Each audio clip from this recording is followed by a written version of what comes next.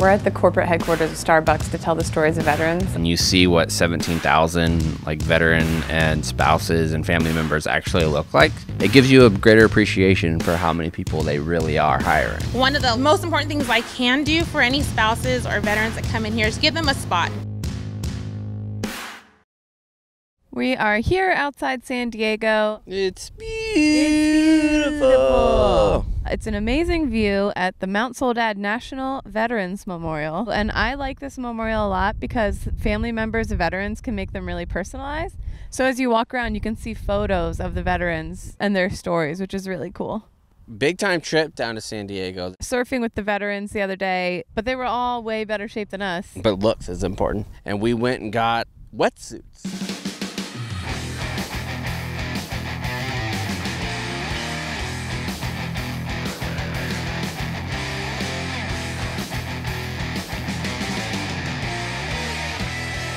Hey, you guys have been here for a couple hours. Are you gonna buy any of this stuff, or? In a minute. All right. 4 more minutes.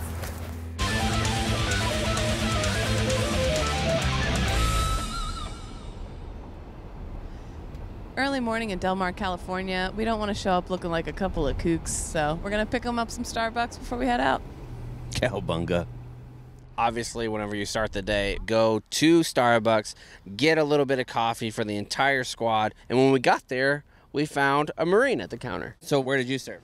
I served in the Marine Corps. I was in Okinawa for 2 years. What base in Okinawa?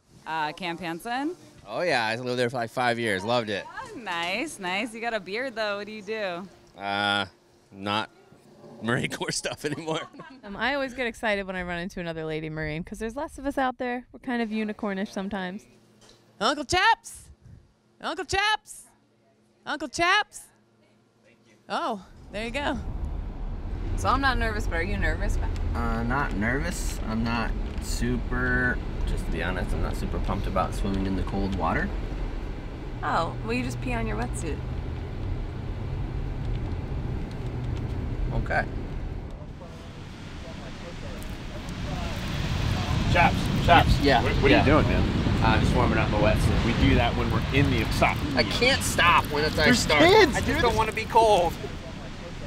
So the organization's called One More Wave, and they help veterans, especially disabled veterans, get out in the water and surf again. One of the main guys, great dude, he wanted to give us some lessons whenever we first got out there. But this guy is still an active duty SEAL. If you guys need to bail, do a quick look around you before you just chuck your board at a little kid. Yeah. Here you go. Keep paddling.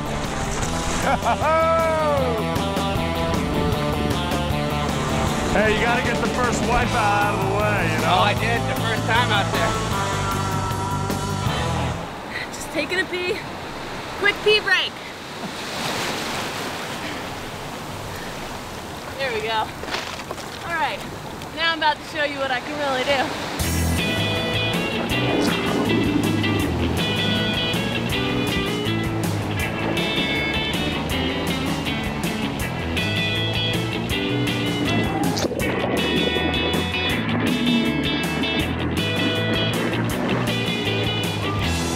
I think another cool thing about the One More Wave, they specifically tailor each board to the needs of that veteran. Like maybe they have to put handles on it or move the fins up a little further if somebody is surfing in the prone and can't stand. And it's a point of pride when you're walking down on the beach with like a badass surfboard. There was one board that we saw very specifically. And it was kind of cool because some of the names of people who were killed in action, you actually knew some of them. Yeah, he had a memorial on the back of his board, and I recognized 2 of the names off it.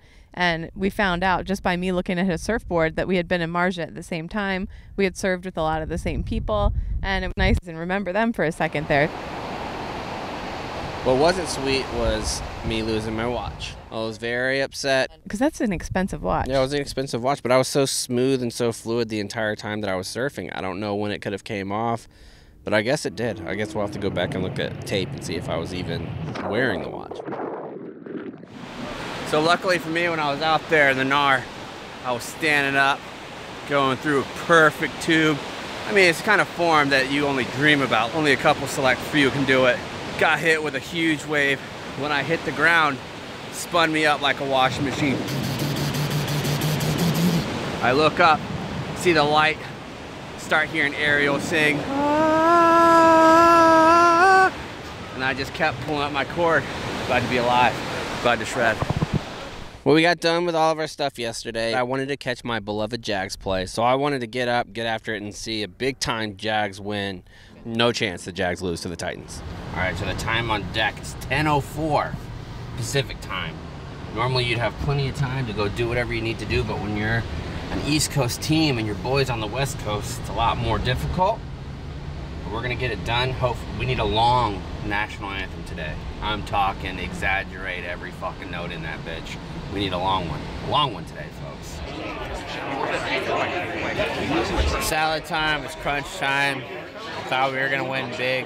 It's 9-6, 4 minutes to go. I deserve this salad. Sadness salad.